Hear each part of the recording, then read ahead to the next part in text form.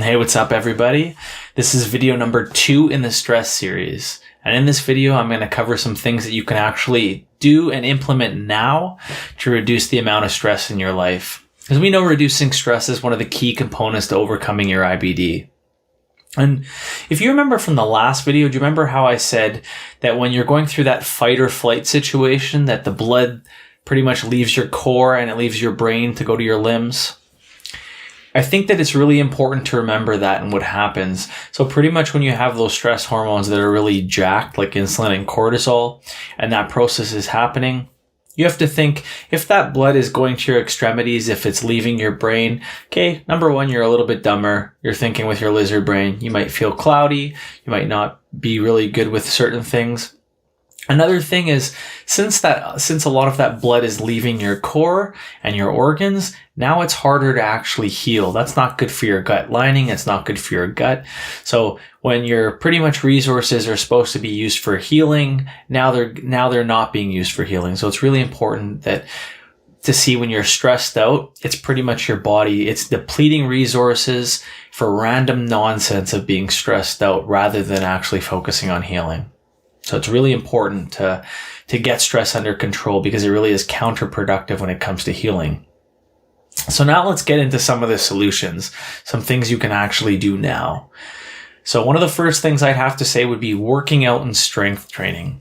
And I know for most people, I love strength training. I love working out. Do I get to work out as much as I used to? No, but I still work out 1 to 2 times a week. And that might be one like full body kind of workout, depending. Sometimes it's a full body workout. Sometimes it's just a random workout. Sometimes it's doing pull-ups and chin-ups at home. It'll pretty much whatever my schedule allows for. With having 2 like little like young children, it keeps me pretty busy. So it's a little harder to get into the gym.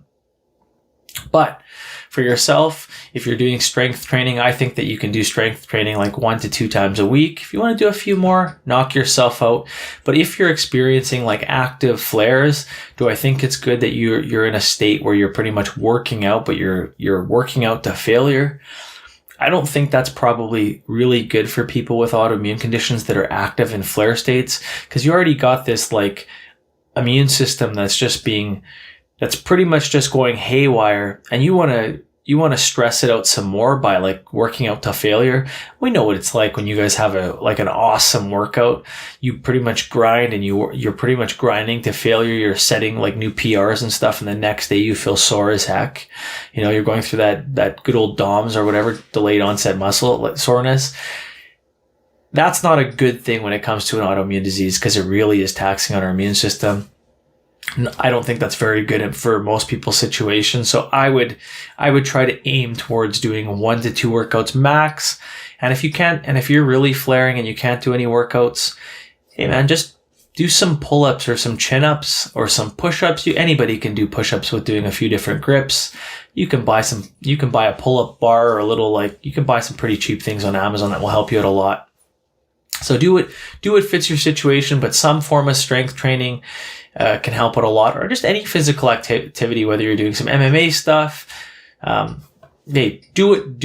I say strength training or like physical training or just working out, do something physical that works for you. Yeah, there's probably a bunch of things that you could do. Another thing that's really good, I would say, would be walking and hiking. And walking and hiking specifically outside.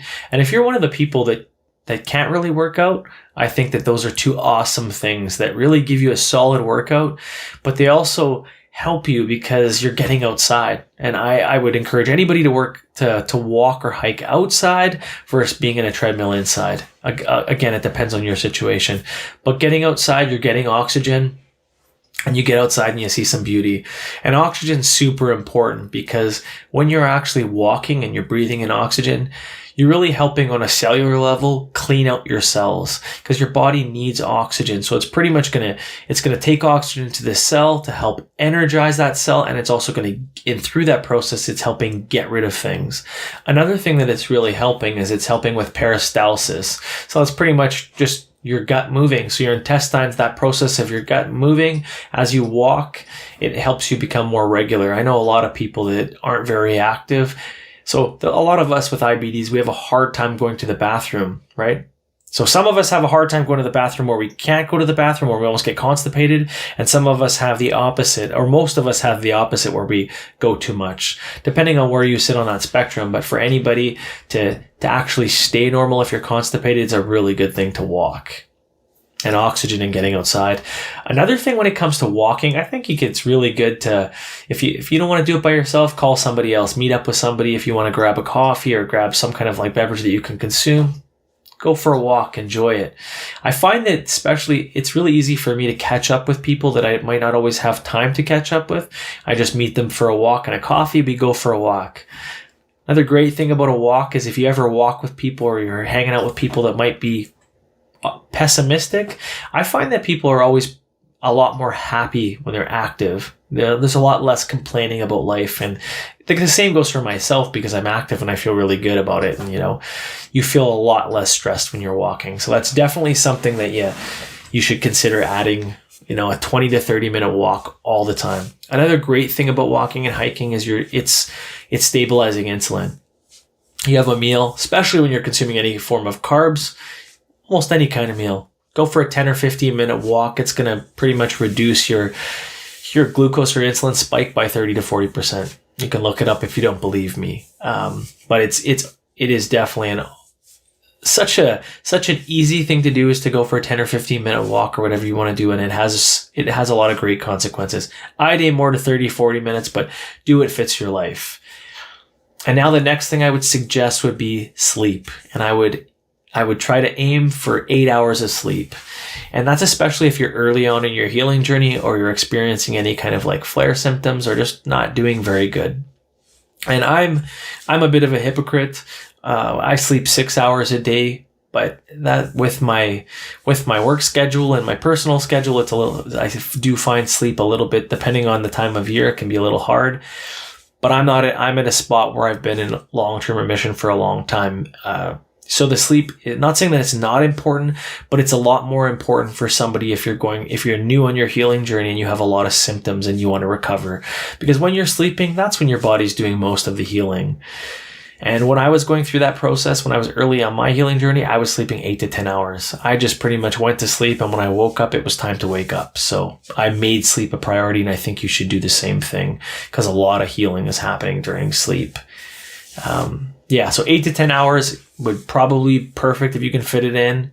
8 is probably a minimum that you should strive for if you really want to get better you want to overcome your IBD. So 8 hours, shoot for 8 hours if you can. That'd be awesome. Now, another thing is I would try not to overdo the carbs. And I think for anybody that's, depending on if you watch other videos that I make, I wouldn't recommend anybody go on a high carb diet or consume a standard American diet. I would say low carb diets like keto and carnivore, paleo, you name it. I would probably have keto and carnivore being some of my favorites.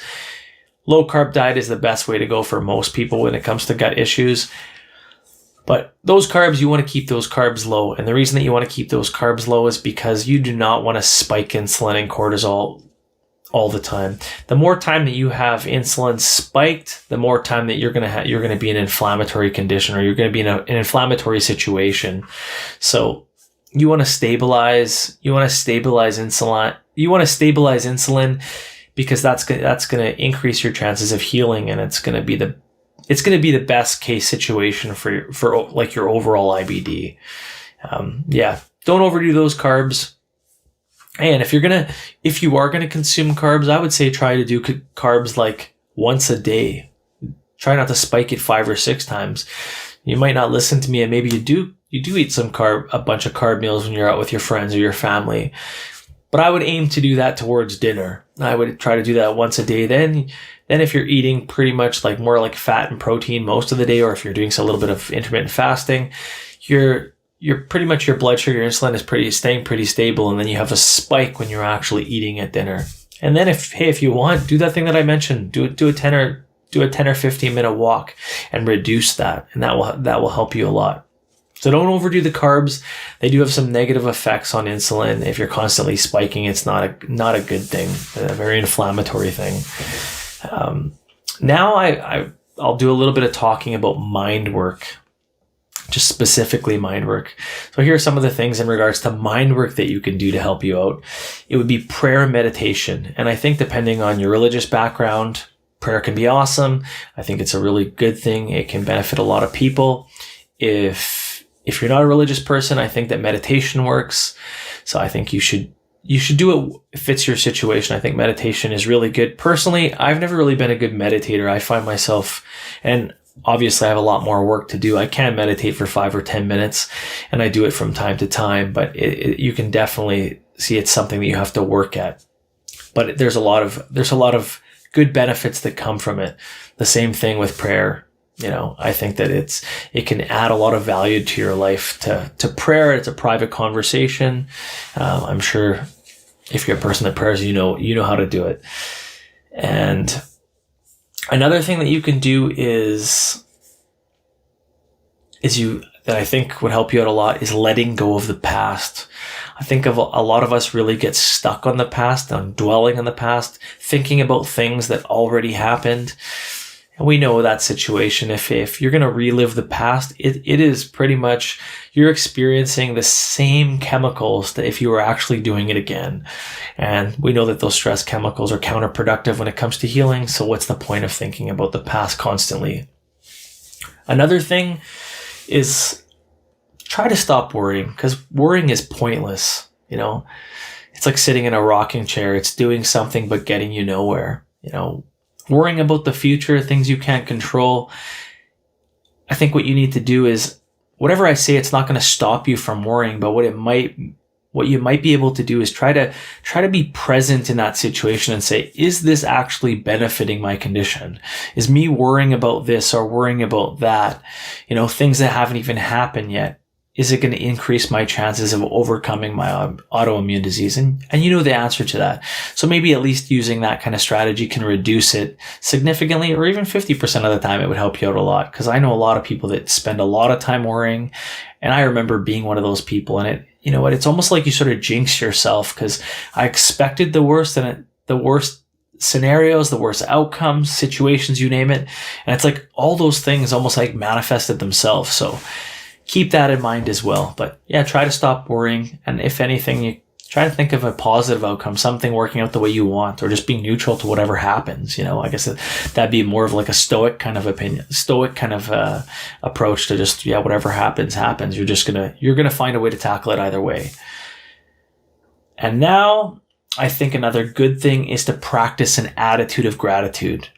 And I could say for a good majority of my life, I never had this attitude of gratitude. I wasn't grateful for things. And you're going to find out when I mean practice, like have this practice an attitude of gratitude. It's pretty much just like waking up and thinking about things you're grateful for. Do it first thing, do it midway through the day, but try to think of 3 to 5 things that you're grateful for. It could be your life, where you live, your partner, your children, your current state of health, maybe that you're watching these videos, you name it. There's a lot of things that when you start thinking about it that you can be grateful for. And then what's going to happen, the more that you do that, it's going to get really easy. And you're going to start noticing situations where you were super pessimistic and you were super negative. Because it's like we go in a rant, we go in a vicious cycle when we're negative, and you just start complaining about everything. So it's definitely something to consider. And I know that for sure, what helped me notice the biggest difference with this is me and my wife went on a trip to Ixtapa, Mexico. And I remember we were staying at a hotel. We get to this hotel and get to the room. Room wasn't what we expected. The pool wasn't what we expected. Went for a bite to eat. The food wasn't what we expected. It was a bunch of things. The beach was smaller than we expected. So there was a lot of things that we were almost like disappointed with. And my wife was complaining. I was going a little bit of a rant. And I finally just said, I was like, Fatima, do you want to stay? Like, do you want to stay here? If you don't want to stay here, I'll call the tour provider and I'll get us moved to a different hotel. But if you want to stay here, I think we have to make a conscious decision to make the best out of this and to start looking for pretty much the best things about this hotel. Otherwise, our whole trip is going to be garbage. And we live in a country that's super cold in the winter. So the last thing I want to do is ruin this vacation with a bunch of like pessimistic, angry thinking. So she said, I want to stay. Well, let's just stay. Let's just give it another day or give it another 2 days. And we made a conscious decision to change the way that we were seeing this place and say, hey, you know what? Yeah, let's make the best out of it. All of a sudden, this conscious change made everything better. We started enjoying our room. We started going to the restaurant, enjoying the waiters that were there, enjoying the food, enjoying the beach. And it went on to be one of the best trips that we ever experienced. So it was complete. It was polar opposites, from starting off to being one of the worst trips we've ever been on to being one of the best trips, just because of that shift in mindset. So I know firsthand how much that can change. And I find that in my life when I go to a restaurant, if once you start priming yourself for looking for things that you're grateful for, all of a sudden you can be like, hey, how was your day? Rather than being like, it was fine, it was okay. We all know those people, and we've probably been those kind of people. But when you start saying, hey, what was great about my day? You could be like, hey, this happened to me. This happened to me. I ran into this person. I talked to this person. I had this opportunity. I ate this great food. Or, hey, you're going to see a movie. If I'm going to see a movie, I'm priming myself to enjoy the movie because I spent the money. And the same goes with a meal. I'm priming myself to enjoy that meal or enjoy that experience with somebody. Having a dinner with friends and family, you name it. It helps out a lot. So mindset is huge there. I think, and now another thing that's to shift onto something else that you can do, or at least I'm 40 years old now, and I think that what I finally learned in my life in the last few years is these two things. Wake up early and leave early. And when I say wake up early, I'd say wake up a few hours before you start work. So if you start work at 7, wake up at 5 a.m. I love waking up early. It's time at peace when other people aren't up, and I have time to think, and I don't have to worry, rush, be stressed. I can sort of ease into my day, and it's a really peaceful thing to do. So regardless of what time you start work, try waking up a few hours before and just relaxing a little bit, preparing for your day. Now, another thing that I mentioned is leaving early. I think that has been a huge thing. When I mean leave early, so if that's going to work, leave early. If that's going to family functions, leave early, or just appointments or anything. I find that I used to be probably the worst person ever because I was always late to everything. I was the dude that hey, even when I was going to school, I just remember I would book it from my house, pretty much run all the way to school. I'd had 15 minutes to get to class before the class started. And then that shifted right through me. That shifted along through my life when it came to working. And I was like getting to work 2 minutes before work started. Family functions, I was like usually late for family functions, if I have to be honest. And that's not the best thing to do with people's time. So I find myself always being late. And I noticed in the past few years, I've completely switched that around where I leave early to everything. So I'm always probably 20 to 30 minutes early for work. I'm early to family functions. And I find that the complete experience is way different. So now when I'm driving, I'm not aggressive. I'm not getting mad in traffic. I'm not punching the steering wheel, swearing at people, because I used to be one of those crazy drivers. Now I'm enjoying it. I throw on a podcast or throw on some music, and I'm using that cruising time to enjoy. Then I get to work a little bit early, and I have more time to just relax on my phone or enjoy my coffee, you name it. The same thing goes to an appointment when you don't know, if you have no idea if you're going to encounter a train or encounter something that gets in the way. But the worst thing is to rush and to feel anxiety and stress. And if you're feeling constant anxiety and stress, even when you drive, you know the feeling, you know how it consumes you. You can't even think. That's definitely not good if you're looking to overcome your autoimmune disease. So try leaving early to things. Like I said, if it's work, family functions, I think you'll get a lot of peace out of that. And now the final thing that I can think of that I didn't mention would probably be find a hobby, do something that you love, find a way to create something. Just do something you love, whatever it would be. And I know for myself, if I was to say, I don't necessarily have any hobbies, but what I do have is I smoke cigars, and I'm not telling anybody to go and smoke cigars. I don't inhale. We don't inhale cigars. I just smoke cigars, and I love smoking cigars. And I think when I was mentioning about meditation, when I smoke cigars, I pretty much got 60 minutes of meditation where I'm thinking about nothing and just relaxing and being present in the moment. It is probably one of the most relaxing experiences of my life, is just to have a cigar and a coffee or a drink, you name it. But yeah, That's probably one of my hobbies that I enjoy a lot. So, hey, get a hobby, hey, whether it's art, whether it's doing something, whether it's playing a game, just have some fun. Do something that gives you a lot of joy, whether it's by yourself, whether it's with your spouse, with your spouse, with a friend. Do something you enjoy, do something that you love, that brings you happiness, that makes you smile, because that will definitely help you out with a lot of stress. It will also help you out with having that attitude of gratitude.